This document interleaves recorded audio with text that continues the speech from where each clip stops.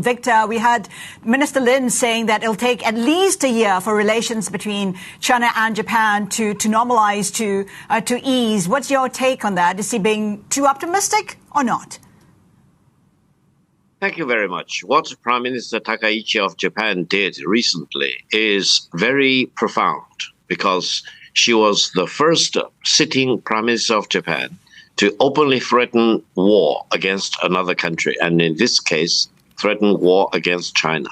Now, what she did was tantamount to turn the table on the terms of the unconditional surrender of Japan that Japan entered into with China and other allied countries in 1945. That will be tantamount to overturn the table on the international order established in 1945. And China will never allow the remilitarization or the new fascism of Japan. China will never allow Japan to constitute another threat to China. Why? Because the Japanese imperialists caused 35 million people to be lost in the 14 years war against China between 1931 and 1945. And what Prime Minister Takaichi did is also tantamount to triggering the enemy state clause in the United Nations Charter. So you are talking about peace or war as a result of what Prime Minister Takaichi did. And for those Taiwanese separatists, yes. But Victor, to be sure, Prime Minister Takaichi did not threaten war. What she did say was if Taiwan were attacked, Japan would take action. That was what she said. She did not threaten war. If you listen very carefully, she was talking about removing the 3 restrictions on the nuclear weapons policy of Japan. That means there are forces in Japan who want to develop and deploy or eventually use nuclear warheads. Against whom? You need to think very carefully about it. There were people talking about sinking the Fujian aircraft carrier. There was a leader of the Naval Self-Defense Force of Japan talking about sinking all the surface naval ships of China within, let's say, 24 hours or 48 hours. And this is happening in a country which unconditionally surrendered in 1945, which undertook never to constitute a threat to a country like China. So let's be honest. We are faced with a moment of truth. We are faced with a moment where Japan needs to be stopped in this dangerous march into militarism or new Japanese. It is quite apparent right now, Victor, that both sides want to stabilize the relationship. The question is, how do we get there? What might Japan do to stabilize its relationship with China right now? Japan needs to cut off any relation with the Japanese fascism. When Japan unconditionally surrendered in 1945, Japan needs to openly, publicly acknowledge that Japan will honor the commitments it went into when it unconditionally surrendered to China and other allied countries. And Japan needs to undertake solemnly that it will never develop weapons of mass destruction, especially nuclear weapons. Because let me tell your audience, the moment Japan develops the nuclear weapon, that will be the moment of annihilation of Japan as a state.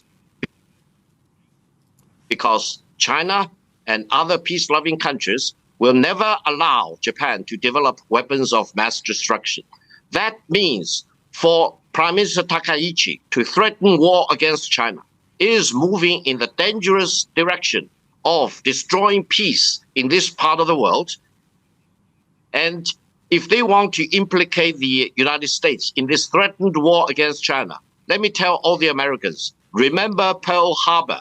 Don't allow Japan to betray its commitments it entered into when it unconditionally surrendered to China and the United States and other allied countries. We are facing with a moment of truth, and China will never relent any effort in stopping Japan in that move in the wrong direction of neo-Japanese fascism and turning the table on the verdict of the unconditional surrender of Japan to China in 1945.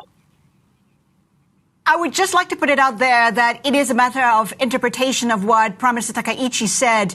And you have your own interpretation, and some might say that there was no threat of war as far as she is concerned. I just want to take the conversation forward. In terms of the role of the U.S., how does China view the role of the U.S. in terms of the cross-strait relations between the two sides?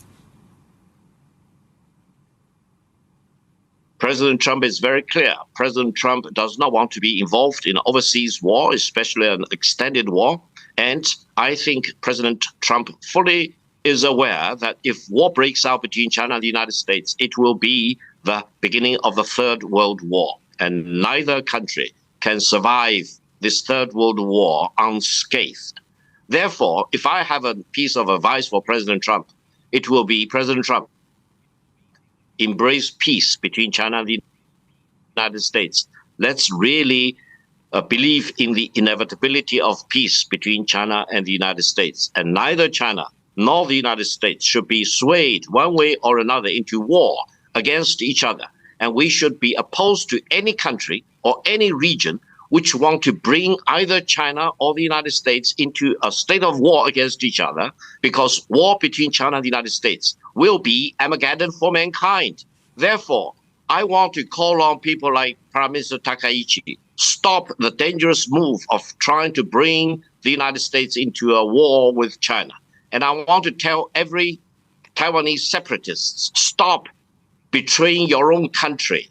And you can never achieve the independence or separatism of Taiwan. The Chinese reunification is the megatrend of our time. Right. And you will all live to see the reunification of China.